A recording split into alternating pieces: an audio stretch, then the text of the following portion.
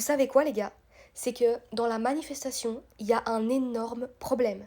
C'est que les gens n'arrivent pas à maintenir leur fréquence.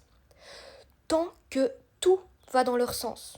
Ils y croient, ils visualisent, ils ressentent, ils sont convaincus que leur désir arrive.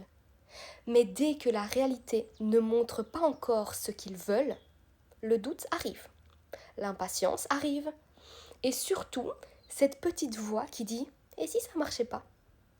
Et c'est là que la plupart des gens sabotent absolument tout.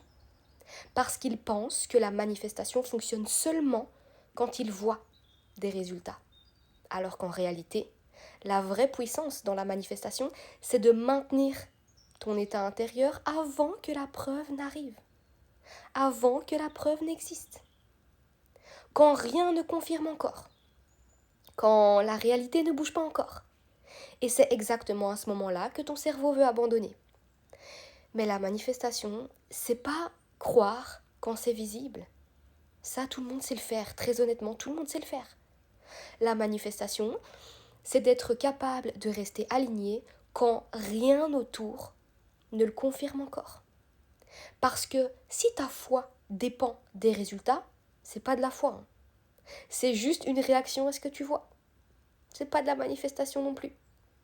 Et si tu attends que la réalité te prouve que c'est possible, tu seras toujours en train de courir derrière ta propre vie en fait, mais on n'a pas le temps pour ça. Parce que la réalité ne se transforme pas quand tu y crois. Elle se transforme quand tu continues d'y croire, même quand rien ne bouge encore. Et la nuance, elle est là. C'est exactement là que la plupart des gens abandonnent leur plus grand désir. Et c'est exactement là que les gens qui manifestent vraiment, continuent en fait. Le gap, il est là.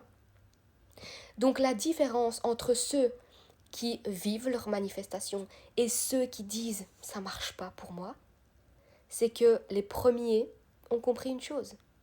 La foi précède toujours la preuve.